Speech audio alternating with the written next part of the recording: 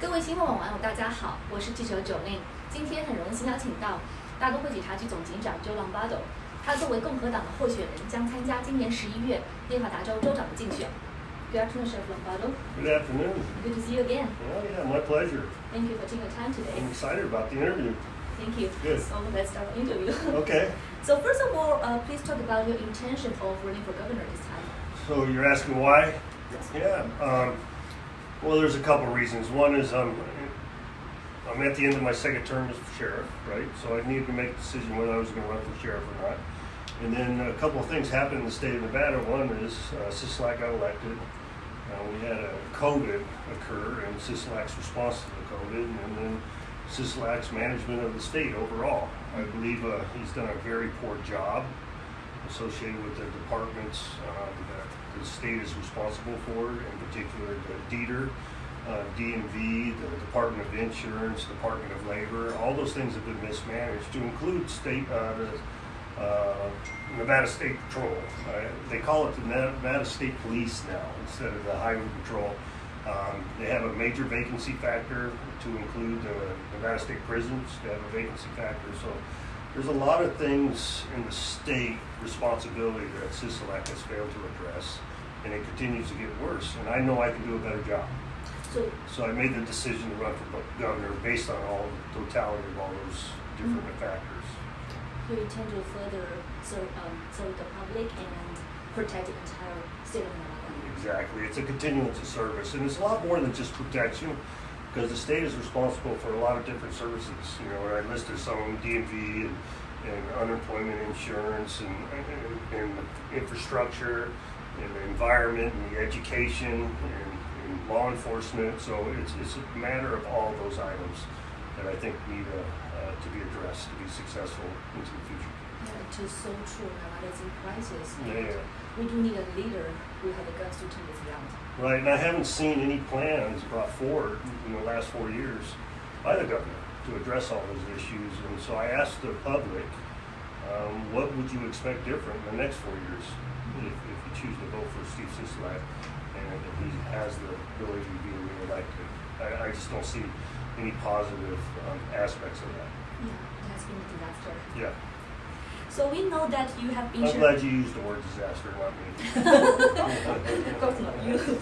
We know that you have been sheriff for over 7 years and have a good understanding of Nevada, especially Cobb County. And if you are elected governor, what do you think will be the first problem that state of Nevada needs to be taken care of? Education system. So, you know, when Steve Sisolak got elected, education was ranked 49th. 4 years later, education was ranked 49th in the nation. And that's unacceptable. He quite often touts as he was able to give the teachers a raise, and that's a good thing. But there's a lot more to the education system than just giving teachers a raise. There has to be a management of the overall curriculum, the delivery systems, whether parents have a choice for which schools that their kids are able to go to. And, you know, the school boards are in disarray, and I believe they're ill-qualified and mismanage the budget and the direction and the curriculum associated with the different school districts across the state, all 17 counties. And no direction has been provided from the governor's office via the Department of Education in that. So how can we be successful? And quite often you hear about Clark County School District is what drives down the numbers and the qualification of our kids to have a career or prepare them to go to college. And none of those questions have been answered. And I don't see any change in the future. So first priority, and the most important priority for the success of any economy and any quality of life, is somebody to be able to sustain a quality of life for themselves and their family, and that's done through education. And so we have to change that, or we're going to continue to be stuck in the quagmire that we are currently in. I couldn't agree more. Because you have been the sheriff for a long time and you have a certain approach to maintaining community security. But the current inflation problem is serious and will also affect the employment rate. How can we help Nevada to improve the economic development? Well, that's an expansion of the economy, right? If you pay people good wages, they can fight inflation.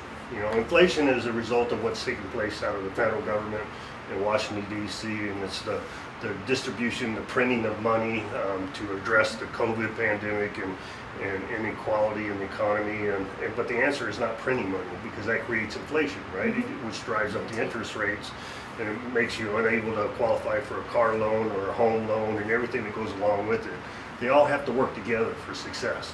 And what can the governor do in that space is, one is he can provide stimulus for the constituents of the states. In other words, you can defer vehicle registration, you can have a tax holiday, all those things that people deal with on a daily basis that affect their lives. But more importantly, how do you solve it in totality until the federal government gets their act together is you have to expand upon the economy. And how do you expand upon the economy? You bring in good jobs, good paying jobs, so people can combat inflation. That's very true. So the next Nevada governor will be elected in early November.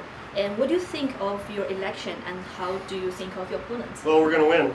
So I'm very confident in saying that we're going to win. You know, because the polling data says so, and my campaign team that goes out on every weekend, up both north and south, and meeting with the voters on a regular basis, and my travels during the campaign process.